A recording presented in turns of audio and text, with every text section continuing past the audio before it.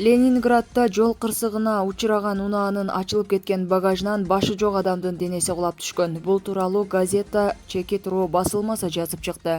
Маалыматка ылайык, жолдо эки унаа кагышып кеткен. Окуяга күбө болгондордун айтымында, кырсыктан кийин бир нече адам унаадан чуркап чыгып, токойго кирип кеткен. Кийин окуя болгон жерди кароо учурунда унаанын багажынан эки күрөк, аркан жана баштыктар табылган.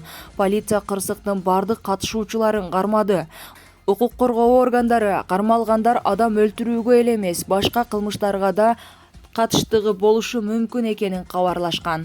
Ал эми кармалгандардын бири 50 жаштагы Игорь Комаров кишинин этин жеп жүргөнүн айткан. Сурак учурунда ал бул биринчи жолкусу эмес экенин, ошондой эле буга чейин да кишинин этин жеп келгенин айткан. Ошондой эле ал Сосновкада адамды өлтүргөнүнө өкүнүп калганын билдирген. Эмнеге деген тергөөчүнүн суроосуна анын эти даамсыз экен деп жооп берген.